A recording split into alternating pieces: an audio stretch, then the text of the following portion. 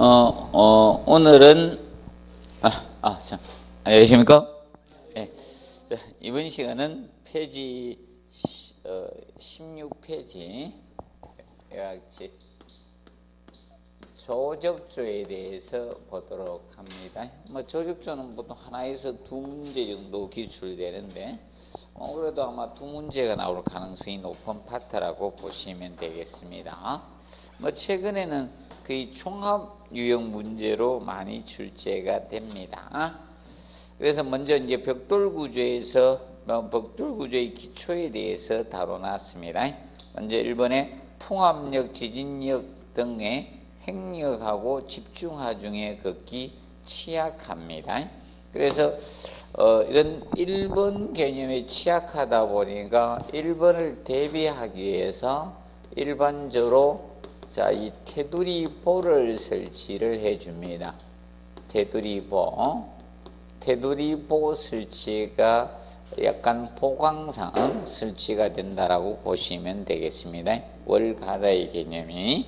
그래서 이런 행력이나 이런 집중하 중의 보강상 이걸 설치를 해 주셔야 됩니다.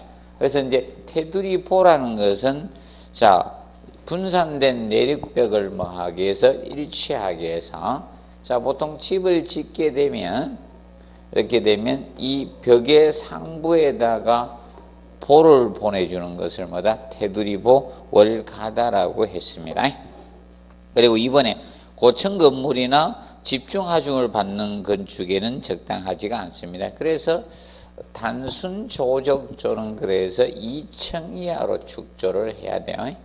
단순 조적조는 2층 이하로 일반 축조하게 되어 있습니다. 그래서 고층 건물에는 적합하지가 않습니다. 그리고 3번 특별히 보강하지 않는 아이죠. 2층까지 축소할 수 있습니다. 그리고 벽돌의 품질 시험은 압축 강도하고 흡수율 시험 가지고 벽돌의 품질 시험을 합니다. 벽돌은 그래서 좋은 벽돌의 조건은 압축 강도가 크면서 흡수율은 적은 벽돌이 좋은 벽돌의 기준이 됩니다. 그리고 5번에 조적조 벽체의 강도에 영향을 주는 요소로서는 벽돌 개체 강도는 압축 강도가 됩니다. 그래서 이제 인장 강도에서 아마 시험이 한번 출제됐고 쌓기 작업의 정도가 시공의 정밀도라고 보시면 되겠습니다. 다른 말로 시공 정밀도 또는 시공의 정도라고도 칭하죠. 에 따라 틀려지고 접합 모르타르의 강도가 영향을 줍니다. 여기서 접합 모르타르의 강도는 부착 강도를 의미합니다.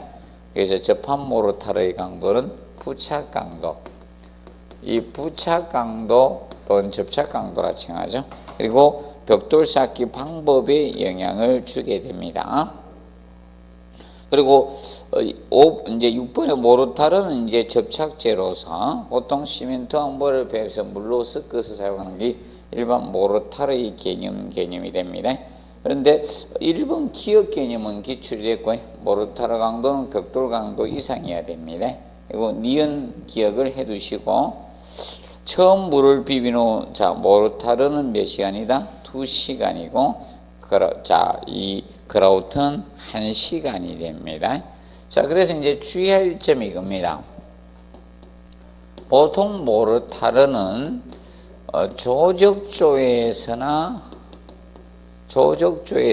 미장에서는 여기에서는 2시간을 잡고 있습니다. 2시간 잡고 있고요. 조적조하고 미장에서는 2시간을 기준 잡고 있습니다. 그런데 어디에서만 다른가? 타일에서는 1시간을 잡고 있습니다. 여기에서는 타일에서는 1시간입니다. 그래서 시방서 규정상 타일은 부착을 해야 되기 때문에 1시간을 기준 잡고요. 그런데 이제 미장이나 조적 개념은 어떤 것을 이렇게 옆에다 부착하는 개념이 아니기 때문에 쌓거나 바르는 개념이기 때문에 2시간을 잡고 있습니다. 약간 차이가 있다는 점 알아두시면 되겠습니다. 그리고 디귿은 자, 모르타르는 부착 강도가 가장 중요합니다. 부착 강도, 접착 강도가 가장 중요시 됩니다. 그리고 모르타르에 사용하는 모래는 대략 1.2에서 2.5mm인데 나중에 적습니다. 보강 블록조에서는 블록에서는이죠. 자, 사춘용 모르타르일 때는 모래 굵기가 커집니다. 최대치가 달라집니다. 보통 자, 이런 미장 바르는 거 이번 쌓을 때 있죠. 줄눈이 기본 10mm이기 때문에 최대가 2.5mm를 기준 잡고 있는 겁니다. 자, 그런데 체험용이죠. 사춘용 모르타르의 경우는 5mm가 됩니다. 그래서 여기서는 기본 2.5고요. 그 다음에 모르타르 부분을 우리가 줄눈이라고 하는데 줄눈에서는 막힌 줄눈, 자, 막힌 줄눈 개념이 있고 막힌 줄눈은 자, 막힌 줄눈과 통줄눈은 세로 줄눈이 일직선상이야 일직선상이 아니냐에 따라서 막힌 줄눈과 통줄눈을 구분하고 있습니다. 그래서 하중 분산 목적으로 쓰는 것은 무슨 줄눈? 막힌 줄눈이다. 응력 분산 목적은. 그리고 치장 줄눈은 일반적으로 치장적 목적을 위해서 우리가 하죠. 의장적 목적을 위해서 하는 것이 치장 줄눈입니다. 그래서 이제 요거는 가 체크하시고 모르타르가 굳기 전에 뭘 해야 된다? 줄눈 파기를 해야 됩니다. 그래서 이제 줄눈 파기가 조적조에서는 모르타르가 굳기 전에 줄눈 파기를 하면 되지만 타일은 타일 붙인 후 몇 시간? 3시간 경과 후에 줄눈 파기를 하게 됩니다. 그래서 약간 차이가 있다는 점 우리가 알아두시면 됩니다. 그리고 치장줄은 벽돌 벽면 청소를 정리하고 공사에 지장이 없는 한 빠른 시일 내에 우리가 빈틈없이 발라주시면 되겠습니다. 그리고 신축줄로는 균열 방지 목적으로 넣는 거죠. 그래서 얘는 일반적으로 얘는 모르타르가 아니고 탄력성을 갖게 하는 줄눈이 뭐다? 신축줄눈 개념이 됩니다. 이것은 균열 방지 목적이고요. 하중 분산 목적으로 하는 것은 무슨 줄눈? 막힌 줄눈이고요. 그리고 의장적 목적을 하는 것은 치장 줄눈이고요. 그래서 각각 목적에 따라 줄눈이 차이가 있다는 점 알아두시면 되겠습니다. 그리고 17페이지. 자, 벽돌 쌓기에서 기본 쌓기는 시험과는 관련이 없습니다. 그래서 벽돌 벽면을 봤을 때 길이면이 보이면 길이 쌓기. 자, 여러분입니다. 벽면을 바라봤을 때 벽면에 자, 벽돌에 어떤 면이 보이는 에게 길이가 보이면 길이 쌓기, 마구리가 보이면 마구리 쌓기. 그리고 자, 이거죠. 세워 쌓기입니다. 세워서 쌓으면 세워 쌓기, 옆세워 쌓기 이렇게 칭합니다. 그리고 장식 쌓기는 영농 쌓기하고 업모 쌓기가 있는데 난간벽이나 담장 같은데 우리가 자, 이런 구멍을 내어서 쌓는 것을 무슨 쌓기? 영농 쌓기라고 합니다. 그래서 얘는 구멍을 항상 기억하시면 됩니다. 자, 그리고 업모 쌓기는 45도 각도, 이게 모서리를 나오게 45도 경사지게 쌓는 것이 자, 업모 쌓기 개념이 됩니다. 그리고 벽돌 일반 쌓기 방식에서 영식 쌓기는 항상 기억하실 것이 얘는 가장 튼튼한 쌓기 방식이고요. 얘는 벽돌 벽면에 통줄눈을 생기지 않도록 하기 위해서 마구리 쌓기캐에서 어떻게 변화를 준 거라겠죠. 이오 토막이나 뭘 썼다? 반절을 쓴 방식입니다. 그러면 길이 쌓기캐에서는 변화를 주지 않습니다. 길이 쌓기는 이렇게 그대로 나가는데 마구리 쌓기캐에서 변화를 준 겁니다. 그러면 이 부분에다가 이렇게 둔 거죠. 여기에다가 다른 걸 써준 겁니다. 이렇게 가면 통줄눈이 생기지 않습니다. 통줄눈이 생기지 않게 해서 모서리에서 정확히 두 번째 벽돌, 요 벽돌을 자, 2호 토막을 2장을 넣는지 아니면 반절 둘 중에 하나를 쓰면 되는 겁니다. 2호 토막이나 반절을 이용해서 통줄눈 발생을 방지한 것이 무슨 쌓기? 영식 쌓기입니다. 그 반면에 하란식 네덜란드 쌓기는 차이점이 이거라겠죠. 얘는 마구리 쌓기캐에서 변화를 준 겁니다. 마구리 쌓기캐에서 변화를 줬지만 하란식 쌓기는 마구리 쌓기가 아닌 무슨 쌓기?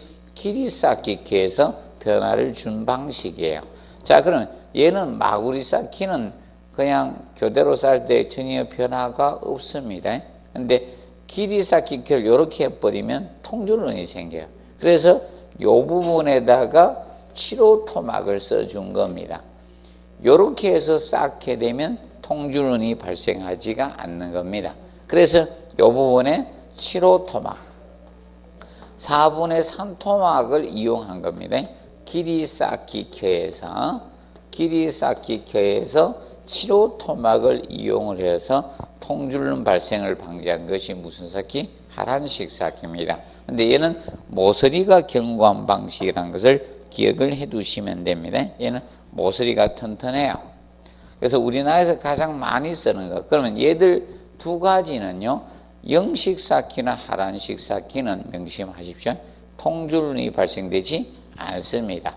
그래서 도면이나 공사 시방서에 쌓기 규정이 없으면 둘 중에 하나로 쌓는 겁니다. 얘들은 통줄론이 생기지 않기 때문에 하중을 어떻게 분산할 수가 있다는 겁니다. 그래서 얘들을 쓰고 있다. 근데 부식 쌓기는 한 켜에서 길이와 마구리가 번갈아 나오는 것이 무슨 쌓기? 부식 쌓기입니다. 같은 켜에서 매번 번갈아 나오는 겁니다. 이렇게 마구리 길이가 번갈아 나오는 거예요. 이런 식으로 쌓아준 거. 그래서 한 켜에서 마구리하고 길이 쌓기가 번갈아 나오는 것이 바로 불식 쌓기입니다. 근데 불식 쌓기는 특징이 장점은 외관이 아름답습니다. 근데 얘는 부분적으로 뭐가 생긴다? 통줄론이 생겨요. 항상 기억하세요. 부분적으로 통줄론이 발생하는 것은 불식이에요. 그래서 통불고기 하면 돼.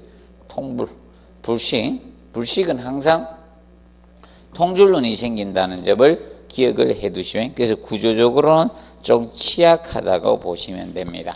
그리고 미식 쌓기는 쉽게 미국은 저거잖아요. 영국에서 넘어간 사람들이 만들었죠. 그래서 뒤편은 영식사 시멘트 벽돌로 영식 쌓기로 한 거야. 전면 벽돌을 붉은 벽돌을 쌓는데 5켜 정도는 길이 쌓기를 하고 그 다음 켜를 마구리 쌓기 뒷벽에 맞물려 쌓은 방식이에요. 그래서 이거는 무조건 5켜란 단어만 나오면 무슨 쌓기? 미식 쌓기를 기억하시면 됩니다. 자, 그리고 특수 쌓기에서 먼저 내 쌓기는 지문 정도 언급이 되었었습니다. 그래서 내미는 방식은 마구리 쌓기로 하는 것이 좋습니다. 그래서 길이 쌓기보다는 무슨 쌓기? 마구리 쌓기입니다. 자, 이 개념입니다. 자, 이 벽돌 벽면이 있을 때 이렇게 내밀어야지 안정감이 있죠. 뒤에 많이 물려줄 수가 있습니다. 이렇게 벽돌. 그런데 이렇게 내밀게 되면 됩니까? 길이로 내밀어 보면 약해져요. 위험함. 뒤에 물리는 면적이 줄어들기 때문에. 자, 그래서 마구리 쌓기라는 것이 유리합니다. 기초 쌓기는 시험이 2번 정도 언급이 됐죠. 그리고 최근에 언급이 됐기 때문에 또 나오긴 좀 힘들 거, 좀 쉬었다 나올 겁니다. 기초 쌓기는. 그 다음에 공간 쌓기는 초창기에 한 2번 정도 나왔습니다. 목적은 방섭이나 이런 방음, 단열 이런 효과상 우리가 하게 되는데 주의할 점은 이겁니다. 우리가 일반적으로 주의할 것은 연결철물이 시방사하고 건축구조 설계 기준하고 약간 차이가 있습니다. 그래서 시방서상은 우리가 어떻게 간다고 했습니까? 자, 보통 일반적으로 구조상은 수직이 얼마? 600mm, 그 다음에 900mm 초과해서는 안 된다 이렇게 갑니다. 그런데 시방서상은 수직이 틀리다 했죠. 수직이 400mm, 수직거리가 연결철물이 400mm 초과해서는 안 된다 했죠. 이하로 해야 돼. 40cm. 400mm 이하로 해야 돼. 시방서상. 그래서 수평거리는 관계가 없는데 수직거리가 차이가 있다는 점을 조금 주의해 주시면 되겠습니다. 시방서상하고. 그래서 그 점 좀 주의해 주시기 바랍니다. 자, 그리고 그 다음에 개구부 쌓기에서는 뭐 대림벽으로 구역된 각 벽의 개구역경 그 벽끼리 2분의 1 이하로 한다. 대림벽이라는 것은 이걸 대림벽이라 했죠. 대림벽은 자, 이 직각으로 자, 이웃하는 내력벽, 이웃하는 내력벽 또는 교차하는 내력벽이라고 칭합니다. 교차하는 내력벽 또는 직각으로 이웃하는 내력벽을 대림벽이라고 합니다. 그러면 보통 일반적인 벽의 길이가 8m였다면 개구부의 너비는 얼마? 2분의 1이니까 4m 이하로 하라 이 뜻입니다. 기준 알아두시고, 그래서 기억은 좀 잘 봐두세요. 그 다음에 개구가 바로 2층 수직 거리는 60cm 이상으로 해주고, 디귿 상하층의 개구는 동일 수직선상에 배치를 해줍니다. 이것이 균열 방지 목적입니다. 조적조에서는 동일 수직선상에 배치하면서 그 다음에 나비를 일치시켜 주는 게 좋습니다. 나비를. 그래야지 어떻게 되는가 하면 이것 때문입니다. 건물을 지었습니다. 2층짜리 단독주택을 조적조로 지었습니다. 자, 그러면 여기 어떻게 되는가 하면 개구부가 있으면요, 동일 수직선상에 이렇게 딱 배치를 해줘야 돼요. 배치를 해줘야지 효과가 있습니다. 이 다 벽이잖아. 내력벽으로 힘을 전달해야 되잖아요. 그러면 개구부 상부에는 사실 뭐 설치한다 해서 인방보죠. 인방보로 해서 이렇게 보강이 되고요. 그러면 좌우에 하중을 좌우 벽으로 전달할 수 있잖아요. 그리고 각 층마다 또 뭐가 갑니까? 테두리 보이죠? 월 가다가 가거든. 테두리 보가 이렇게 있으면서 그래야지 힘을 갖다가 어떻게 분산해서 벽으로 전달을 해야 돼요. 개구부를 왔다 갔다 해버리면 문제가 이거죠. 벽돌벽의 하중이 그대로 개구부에 가해지는 겁니다. 그럼 개구부가 약화될 수가 있는 겁니다. 그래서 개구부를 갖다가 통일 수직선상에 배치하고 개구부 너비도 일치시켜주는 것이 균열 방지상 유리한 겁니다. 그래서 명심하세요. 자, 상하층 개구부를 분산 배치한다 하면 안 돼요. 분산 배치해서는 안 됩니다. 그거는 개구부를 동일 수직선상에 배치해서 하중, 자, 그래서 이제 균열 방지 목적으로 동일 수직선상에 배치한다는 점을 알아두시면 되겠습니다. 그거 봐두시고, 그 다음에 이제 이형에 보시면 개구 폭이 1.8m를 넘을 경우는 철근 콘크리트 인방을 설치해 주는 것이 유리합니다.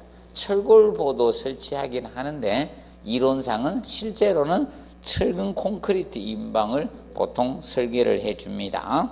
알아두시고, 그 다음에 아치 쌓기, 시험에 2번 정도 살짝 언급이 있었죠. 나왔습니다.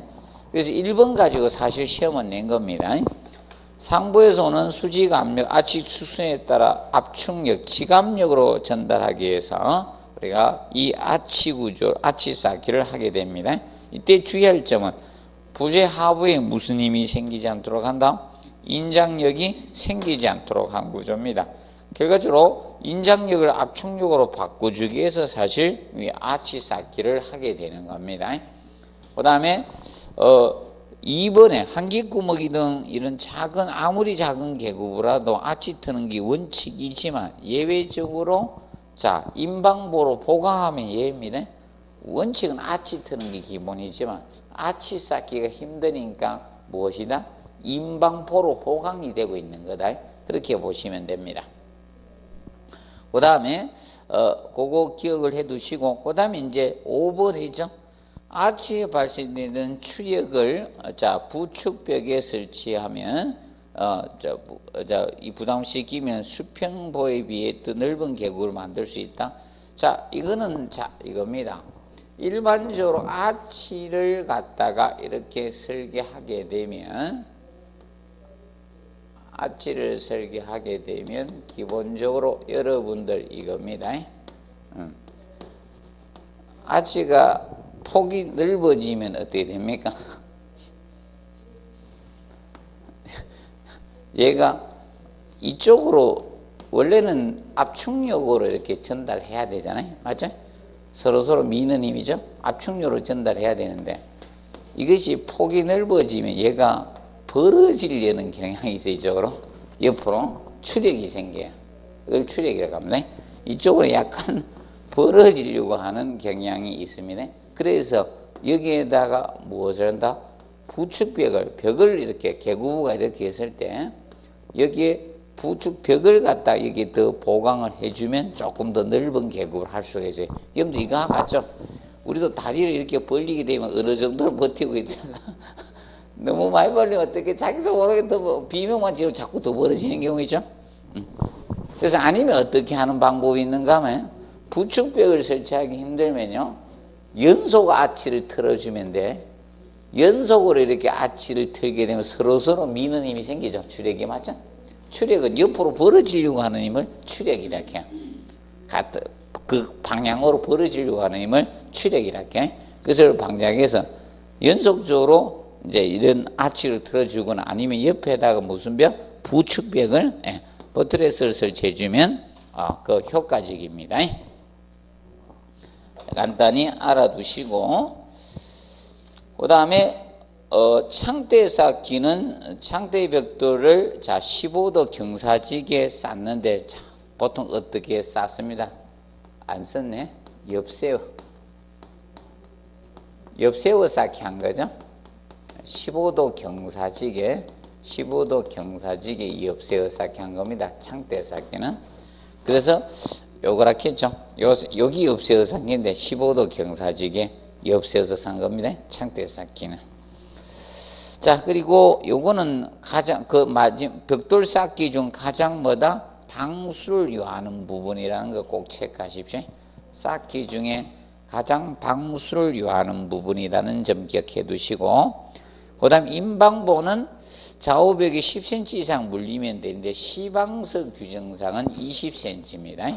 시방석 규정상은 20cm고, 그 다음에 개구 폭이 1.8m를 넘을 때는 철근 콘크리트 인방보를 설치해 주시면 됩니다. 철근 기준은 1.8m 기준이에요.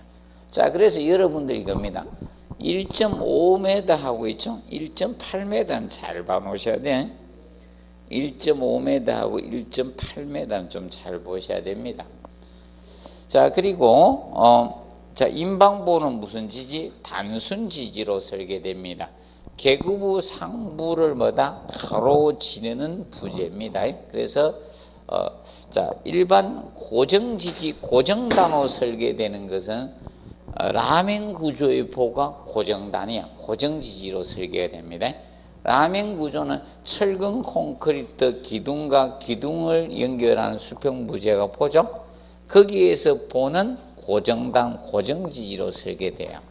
그래서 옛날에 한번 저 시험이 나왔다. 철근 콘크리트에서 라멘 구조의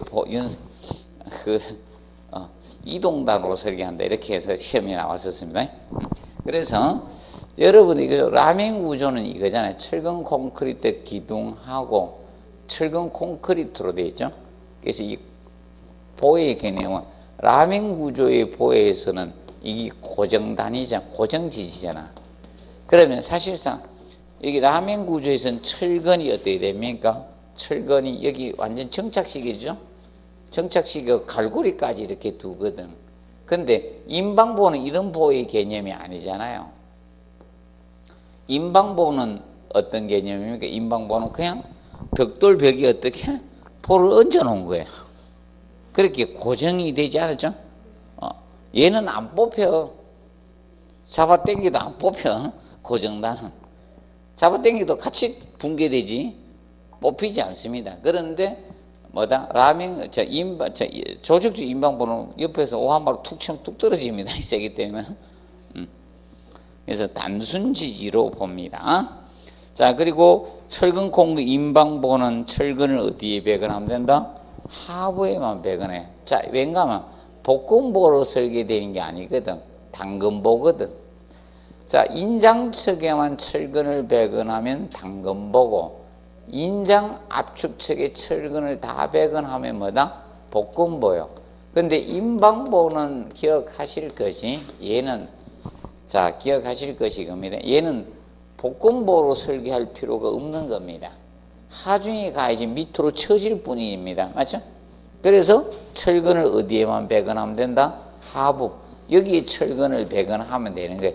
임방보에다가 철근을 하부에만 배건해주는 당근보로 설계가 됩니다. 복근보로 설계하지 않습니다. 그 측면 알아두시기 바랍니다.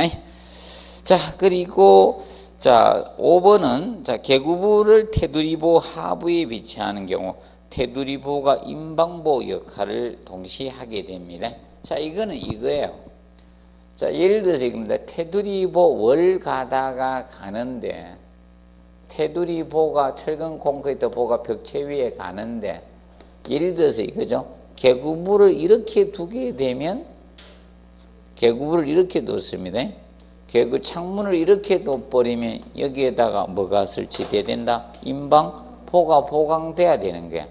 여기 임방보가 이렇게 보강돼야 되는데 개구부를 이렇게 둬버리면 둘 필요가 길게 뒀어요. 개구부를 이렇게 둔 겁니다. 그럼 여기에다 얹을 필요가 있다 없다? 없다는 겁니다. 그냥 하면 된다는 겁니다. 이런 경우는. 자, 그 점 봐두시고. 자, 그 다음 이제 벽돌벽체. 벽돌벽체에서는 구조상 내력벽과 자, 비내력벽으로 구분이 됩니다. 그리고 내력벽은 길이 제한을 있습니다. 10m 이하로 해야 되고 2층 내력벽에 높이 제한을 두고 있죠. 4m를 넘지 못합니다. 그리고 내력벽 두께는 최소 15cm 이상 하면서 당해 벽 높이에 20분의 이상 해주시면 됩니다. 그런데 마감 두께는 포함되지 않습니다. 예를 들어서 이겁니다. 자, 시멘트 벽돌을 쌓게 되면 마감이 표면이 좋아요, 안 좋아요? 안 좋아요. 모르타르가 툭툭 튀어나오고 난립니다. 벽돌 쌓아 올라가면 모르타르 가지고 이렇게 쌓아 올라가거든. 그럼 막 튀어나오고 막 어떤 데는 많이 나오고 어떤 데는 적게 나오고 그럽니다. 그러면 뭐다? 미장을 해요. 미장. 여기다 미장을 하거든. 내부에다 미장을 해요. 미장 두께는 어떻게 됩니까? 미장 두께, 모르타르, 시멘트 모르타르 미장 두께는 내벽, 외벽 했죠? 아, 미장 두께 생각 안 납니까? 미장 바람 두께. 바닥하고 외벽은 얼마? 24. 이 사람아, 외부에서 많이 듣는다, 괜찮아요? 바닥 외벽은 24mm이고 내벽은 18. 밖에서 안 좋은 소리 들으면 거기서 18 하면 잘려요. 그래서 어디 와서 집에 와서 18 한다 했죠. 좋은 소리 들으면 자면서도 기뻐. 천장이나 차양은 얼마다? 15mm. 15야 둥근 달을 본다. 노래가 흥얼거립니다. 15mm. 얘는 15, 18, 24mm입니다. 미장 두께. 그러면 이런 미장 한 두께 포함한다 안 한다? 안 합니다. 그럼 단독주택 이겁니다. 보통 외벽 미장하기 싫어서 붉은 벽돌로 싼 거야. 지장벽돌. 쉽게 이겁니다. 안에는 어떻게 됩니까? 건물 설계가 기본적으로 이렇게 한 겁니다. 안에는 시멘트 벽돌로 쌓고 중간에 단열재 넣고 바깥쪽에 붉은 벽돌 싼 거예요. 그럼 미장을 할 필요가 없잖아요. 맞죠? 그런 형태로 가는 거고 일반적인 그걸 안 하게 되면 미장을 해야 되는 겁니다. 미장 두께는 포함되지 않습니다. 자, 그리고 4번에 그다음 5번 내리부 둘러싼 바닥 면적 제한을 두고 있죠. 80제곱미터를 넘을 수가 없습니다. 그리고 6번에 톱을 붙는 내력벽은 조직적으로 할 수 없는 것이 원칙입니다. 그런데 경미한 경우 톱을 받는 부분이 2.5m 이하일 때는 벽돌조로 할 수 있습니다. 그래서 지하 벽들은 거의 다 뭘로 처리됩니까? 철근 콘크리트 벽으로 처리가 되는 거예요. 자, 그리고 이것만 명심하면 돼. 지하에 들어갔는데 지하벽에 뭐 곰팡이가 뱉거나 눅눅하거나 있죠. 이러면요, 그거는 중간에 외벽을 공간 쌓기 이중벽으로 처리 안 해서 그래. 지하 이중벽으로 처리하고 이중 슬래브 바닥 구조로 한 데는요, 지하라고 곰팡이 피고 이런 거 없습니다. 하나도 없습니다.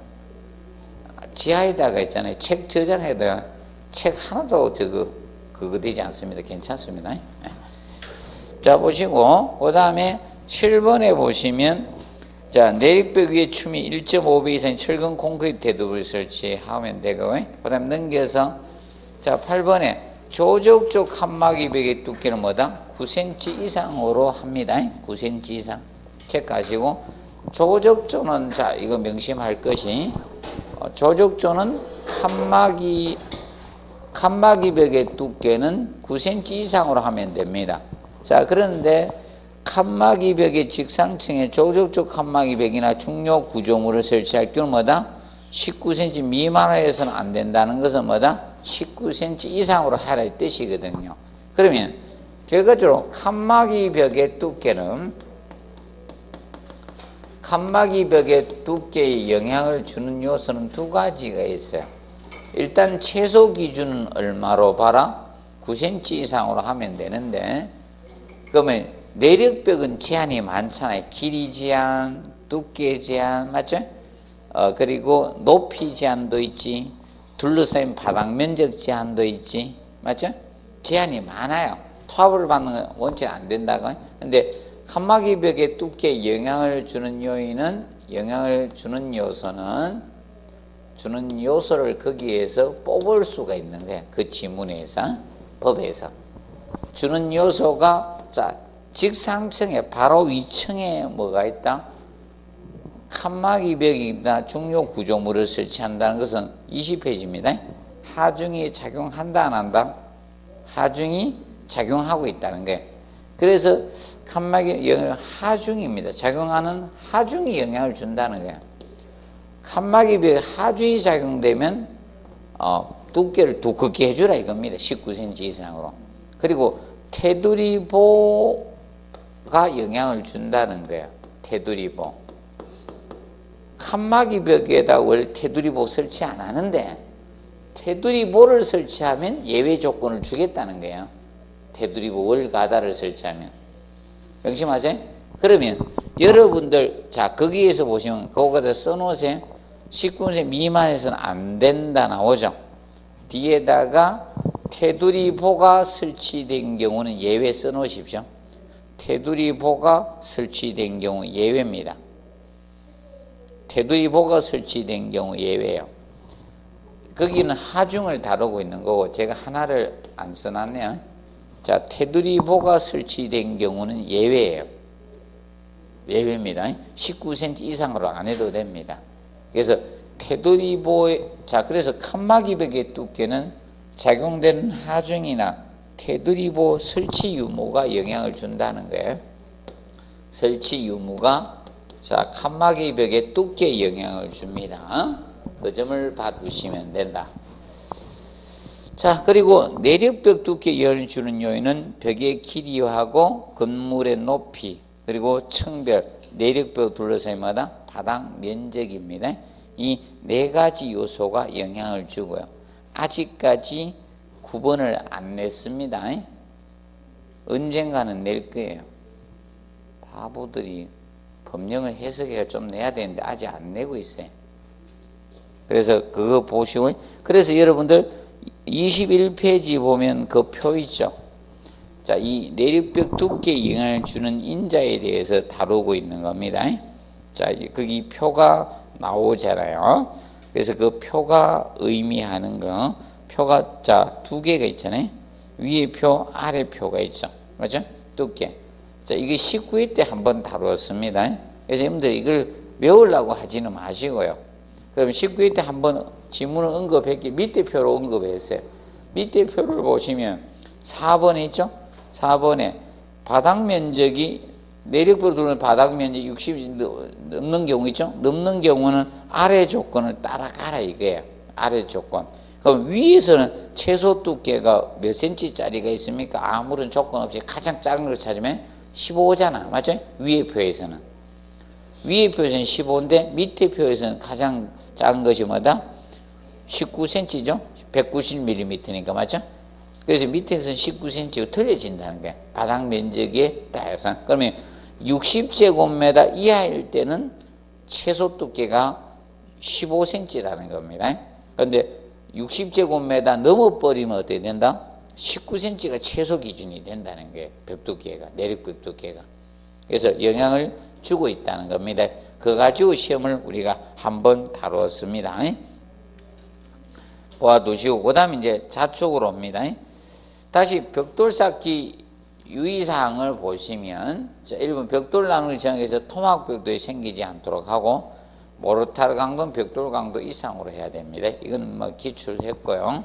그 다음에 벽돌에 이제 쌓기 전에 충분히 물을 축여주면 됩니다. 일반 하루 전에 축여주면 되죠. 붉은 벽돌의 경우는. 그런데 내화벽돌은 물 축이지 않고, 그런데 이겁니다. 콘크리트 벽돌. 콘크리트 벽돌은 어느 때는 하지 마라 해서 벽돌 쌓기 직전에는 하면 안 돼. 벽돌 쌓기 직전에. 벽돌 쌓기 직전에는 물축임 하면 안 됩니다. 물축임 안 해, 직전에는. 자, 직전에 하게 되면 뭔가 물이 서면 나오면 인체에 해롭습니다. 시멘트가. 그래서 콘크리트 벽돌은 벽돌 쌓기 직전에 물축임 해서는 안 됩니다. 직전에. 직전에는 안 하면 됩니다. 그 점 알아두시면 되겠고요. 자, 그리고 거기 보시면 자, 5번에 막힌 줄로 쌓는 것이 원칙이라 했어요. 그리고 7번 벽돌 쌓기 보면 도면이나 공사 시방세 정한 바가 없을 때는 영식이나 무슨 쌓기? 하란식 쌓기로 하면 됩니다. 그리고 8번 연속된 벽면 일부를 퇴기해서 할 때, 나중 쌓기 할 때 이때 무슨 쌓기? 청단 들여 쌓기입니다. 그래서 이제 7번에서는 저것이 8번에서는 저게 안 된다 해서 걸름 들여 쌓기는 안 된다 해서 8번에서 주의할 건 이겁니다. 연속되는 벽면을 일부를 퇴기해 나중 쌓기 할 때는 무슨 쌓기? 청단 들여 쌓기는 너야. 청단 들여 쌓기 해야지. 뭐는 안 된다. 걸름 들여 쌓기. 다른 쌓기 들어오면 안 돼. 걸름 들여 쌓기는 안 됩니다. 청단 들여 쌓기만 된다. 걸름 들여 쌓기는 안 됩니다. 8번에서는. 그런데 9번에서는 예외적으로 허용하죠. 직각으로 자 또는 벽지 한 표를 먼저 쌓고 나중 쌓기 청단 들여 쌓기가 원칙이지만 승인을 받아서 걸름 들여 쌓기나 이온 보강철을 사용해 주면 됩니다.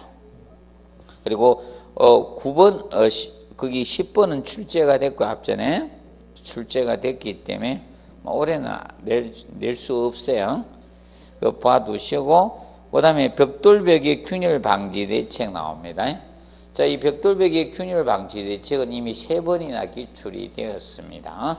그래서 이제 조금 알아두실 것이 1번에 가급적 복잡한 평면 구성을 피해야 돼요. 단순해야 돼요. 평면 구성은. 그리고 3번 가지고 한번 기출됐었죠. 그 다음에 4번 기초는 가급적 동일 형식, 동일 구조로 해서 강성을 높여주는 것이 좋습니다. 그리고 6번에 창틀의 균형적 배치나 상하층, 창호층 위치나 나비 일치식에서 계구부주의가 약화되는 것을 방지해 주시면 됩니다. 그리고 7번에 건물의 중량 배분을 균화해서 하중 집중 현상을 피한다. 그것이 테두리 보나마다 막힌 줄눈이 그겁니다. 테두리 보호 설치나 막힌 줄눈이 하중 균일화를 방지하는 방법 중에 하나입니다. 자, 그 다음에 벽이 변하는 거, 벽 두께가 변하는 L자, T자 이런 부분이 있죠. 자, 이런 부분에 이런 신축 조절 줄눈을 설치를 해서 균열 방지용 줄눈을 설치하다. 그래서 여러분들 이겁니다. 뭐뭐것이 변하는 곳은 대상이 돼요. 변하는 곳은 대상이 됩니다. 뭐뭐가 변하는 곳, 뭐뭐가 집중되는 곳, 이런 것은. 그런데 뭐뭐가 일정한 곳은 대상이 되지 않습니다. 뭐뭇이 변하는 곳은 대상이 되지, 뭐뭇이 일정한 곳, 뭐뭐가 일정한 곳, 일정한 곳은 대상이 아니야. 신축 줄눈을 두는 대상이 되지 않습니다.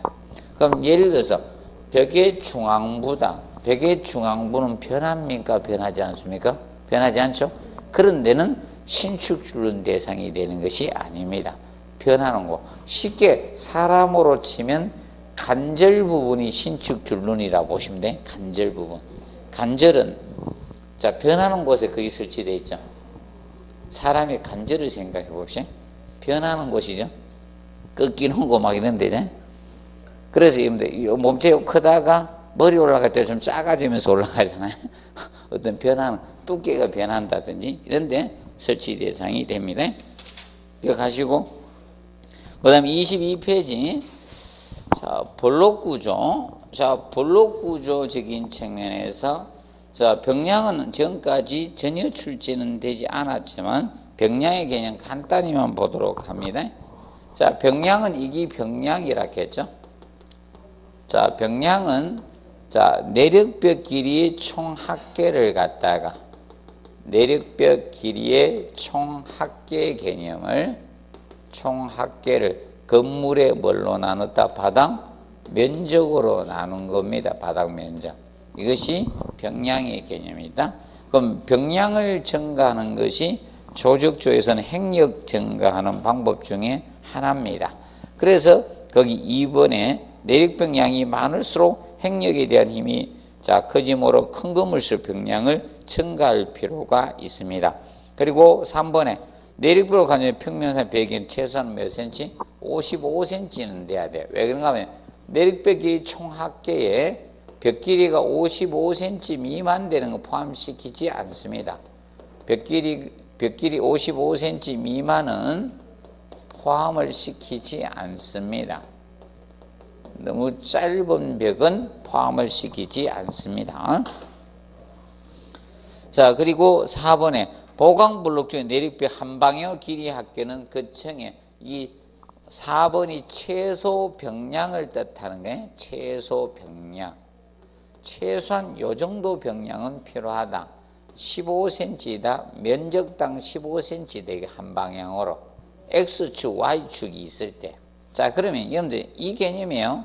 건물이 있으면 자, X축과 Y축 벽들이 있을 거 아닙니까? 그럼 예를 들어서 옆에서 흔들었을 때 어디서 흔들 수도 있잖아요. 그러면 사람은 이거죠. 서로 마주보고 있을 때 이래 되죠. 이렇게 탁 치면 뒤로 팔딱 넘어가잖아요. 손뼉치기 하잖아요. 옆으로 치면 잘 안 넘어가요. 옆으로 기니까. 그래서 기본적으로 이거죠. 이쪽 역별하고 이쪽 역별이 한박 최소 병량을 뜻합니다. 예를 들어서 바닥 면적이 60제곱미터 되게 여기가 60제곱미터. 그러면 한쪽 벽 이걸 곱해주면 되는 거야. 이걸 곱해주면 그러면 곱하기 얼마? 15cm 면적 해주면 되잖아요. 그럼 얼마 나옵니까? 900cm죠. 그럼 한쪽 편으로 최소한 벽의 길이가 몇 미터? 9m 이상은 필요하다 이 뜻이야. 한쪽 방향으로. 그러면 X축, S축, Y축, Y축. 그러면 X축, Y축에 따라서 그럼 이쪽의 병렬도 9m 이상 돼야 되고 이쪽으로도 얼마? 9m 이상 돼야 된다 이겁니다. 최소 병량은 최소 면적당 얼마? 15cm 이상은 돼야 된다 이거예요. 이걸 최소 병량이라고 합니다. 그리고 자 5번에 행력 보강으로 벽 두께를 증가하는 것보다 병량, 벽의 길이를 증가하는 것이 효과적입니다. 그리고 테두리보는 3번이나 내서 거의 낸 것 같아요. 거의 끝났습니다. 종 쳤습니다. 그래서 아직도 지문 한 줄이 안 나오고 있어요. 이 소리 한 지 진짜 십몇 년 지났는데 아직도 지문 한 줄 안 나옵니다. 테두리보 월가다는 그래서 와량이라 칭하고요. 분산된 벽체를 뭐해서 일체에서 하중을 균등히 분산할 목적으로 쓰는 것이 테두리보입니다. 이것만 좀 읽어 두시면 돼요. 자, 그 다음에 블록 쌓기에서 기본 막힌 줄론이 기본이라 했죠. 뭐만 통줄로 공사한다? 보강, 블록조만 통줄로 처리해 주면 됩니다. 그리고 이번에 살 두께가 어떻게? 큰 편이 위로 가야 돼요. 두꺼운 편이 위로 가라 이 뜻입니다. 위 아래 가지고 EXID를 안 좋아했는가 봐. 이걸 보통 시험 낼 건데 안 내네. 위아래 바꾸는 거 잘 내는데 이건 이상 이하 이런 거 잘 바꾸거든. 그리고 3번은 기출했습니다. 쌓기 모르타르의 강도가 볼록 강도의 얼마? 1.3에서 1.5배, 0.5에서 0.8배로 해서 냈었습니다. 그 다음에 모르타르 접착면 적당히 물축해서 모르타르 경화수가 부족하지 않도록 해야 돼요. 자, 여기서 주의할 것은 이겁니다. 볼록의 물축임은 전체 물축임이 없습니다. 명심하세요. 전체 물축임이 없습니다. 자, 그럼 볼록의 물축임에 대해서 간략히 이야기해 주면, 볼록의 물축임은 벽돌 물축임하고는 달라요. 볼록의 물축임에서는, 자, 이 조적 볼록조 있죠? 조적조일 때, 단순 조적조일 때, 조적 볼록조 있죠? 조적일 때는 기본, 조적 볼록조나 뭐 이런 장막벽 쌀 때 이럴 때는 그냥 쌓는 형태일 때는 이거는 모르타르 접착면만 물축임 하는 거예요. 모르타르 접착면. 접착면만 물축임 하는 거예요. 적당히 물축임 하는 거예요. 그 반면에 보강볼록조에서는, 보강볼록조는 일반 조적볼록조는 접착면인데 보강볼록조는 물축임을 안 해요. 보강볼록조는 물축임 안 합니다. 그리고 인방볼록에서는 앞면만 적당히 물축임합니다. 앞면만 적당히 물축임하면 돼요. 그래서 여기는 충분한 물축임이 없어요. 자, 인방볼록은 이렇게 생긴 거예요. 일반 다른 볼록하고 약간 차이가 있어요. 이 U자 형태로 생겨서, 아니면 이게 딱 파놨거나 둘 중에 하나예요. 이렇게 볼록이 생겼어요. 이런 식으로. 그럼 여기에다 철근 넣어놓고 있죠? 모르타르는 그라고 또 채워 넣는 거예요. 이게 인방보 만드는 거예요. 인방볼록. 그래서 자, 이런 요 안에 요 면이죠? 여기만 물축임 적당히 한다는 거예요. 그러니까 볼록은 충분한 물축임이 나오면 안 돼요. 볼록은 자, 공동부 구멍이 있기 때문에 충분히 물축임하면 수축균열이 생길 가능성이 높다. 그래서 조금 주의해 주시면 되겠습니다. 조금 주의해 주고, 볼록은 아직 물축임을 전혀 안 냈어요. 안 낼 인간들은 아닌데 앞으로 봐둬야 됩니다.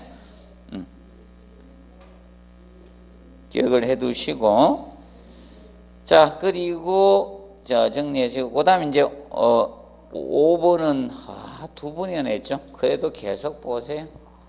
하루 쌓기 높이는 1.5m가 표준이에요. 1.5m. 계속 보세요. 얘는. 자, 그리고 모르타르 그라우트의 사춤은 몇 켜? 3켜 이내가 기본 원칙입니다. 그런데 하루 작업 종료 시 세로 줄눈에, 자, 이 채우는 것은 볼록 상단에서 끝내면 안 된다. 아래로 몇 미리? 50mm 아래, 5cm 아래 둬야 돼. 꼭 기억해 놓으세요. 하루 작업 종료할 때. 이거는 시공 줄눈을 볼록 속에 두기 위해서입니다. 그리고 7번에 보강볼록조하고 라멘구 접하는 분 뭐부터 공사한다? 보강볼록조가 먼저예요. 그리고 라멘구 나중에 시공해야 됩니다. 보강볼록, 콘크리트 볼록은 물축임하지 않습니다. 자, 그리고 철근 보강은 세로건은 구부리지 않고 진동 없이 설치해 주셔야 됩니다. 그리고 세로건은 원칙 기초 및 테두리부 위층 대까지 잊지 않고 배건해 주시고, 정착은 묻지도 따지죠 말았겠죠? 맞죠? 무조건 몇 배? 40배로 해야 돼. 40배. 정착은 무조건 철근 직경의 몇 배? 40배. 자, 그리고 피복 두께는 인방볼록 주어지지 않는 이상 무조건 피복 두께는 2cm야. 피복 두께는 인방볼록만 30mm, 3cm야. 인방볼록에서만 피복 두께가 30mm이고 나머지는 다 몇 mm? 20mm 이상으로 하면 돼요. 인방블록에서는 피복 두께가 30mm. 그 점 항상 기억하시고, 그 다음에 갈고리 또는 갈고리라 했죠. 갈고리 나오면 얼마? 얼마? 180도 하죠. 180도 갈고리로 간다 했습니다. 항상 기억을 해 두십시오.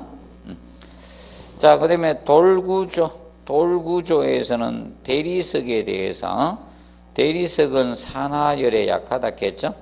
내마모석 내유정 외장료 사용하지 않습니다. 그래서 대리석은 산에 약하기 때문에 산으로 청소해서는 안 된다 했죠. 그래서 이제 대리석의 청소는 뭐 걸레로만 하면 돼. 마른 걸레든 물걸레든 관계없어요. 뭐로? 옛날에 시방서는 마른 걸레로만 청소해라 했거든. 최근에 시방서는 마른 걸레, 물걸레 다 돼요. 그래서 뭘로만 청소하면 된다? 걸레로만 청소하면 돼요. 항상 기억하세요. 써놔요. 일부러 안 써줬는데 좀 쓰라고요. 타이핑 해줄까 말까 하다가 걸레, 마른 걸레, 물걸레 다 사용할 수 있습니다. 옛날에는 마른 걸레로만 하라 했거든. 지금 시방서는 마른 걸레, 물걸레 다 됩니다. 자, 그 점 알아두시고요. 혹시나 풍화작용 생길까봐 그랬습니다. 근데 지금 관계없거든, 사용해봐도. 그래서 마른 걸레, 물걸레 다 됩니다. 그리고 내하 구조에는 적합하지 않습니다. 대리석의 내하도가 700도씨밖에 안 돼. 대리석은 내하도가 700도씨밖에 안 돼. 700도씨. 그래서 내하 구조에는 적합하지가 않습니다. 자, 그리고 4번에 돌 가공 순서 있죠. 요거 한번 봐두세요. 매정, 도잔물. 5번은 얘가 제일 먼저 출제했습니다. 하대, 안사까지 응시하면 안 나세요. 사지선다형 시험 때 출제돼가지고 하강암, 대리석, 안사암, 사항까지 여기까지 딱 출제를 했었습니다. 그리고 넘겨보시면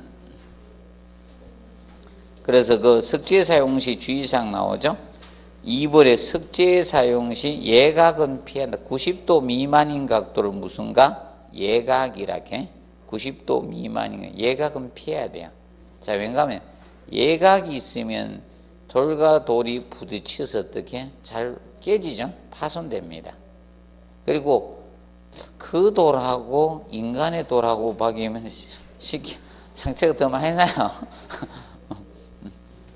자, 그리고 3번에 외벽 콘크리트 표면의 침투형 석재는 연석은 좀 피해 주시고, 그 다음에 4번에 내하 구조는 강도보다 내하성에 주의를 해야 돼요. 자, 그래서 여러분들 이겁니다. 하강암의 내하도가 800도예요. 하강암의 경우는 800도씨입니다. 내하도가 800도씨 정도가 돼요. 자, 그런데 얘들 다 내하 구조에는 적합하지 않다는 거예요. 얘들이 강도는 좋아요. 그런데 안산암은 어느 정도 강도도 있긴 있거든. 근데 안산암의 내하도가 1200도예요. 얘는 1200도씨가 되거든. 1200도씨 내하도가. 차라리 안산암이 내하 구조에는 더 적합하다는 거예요.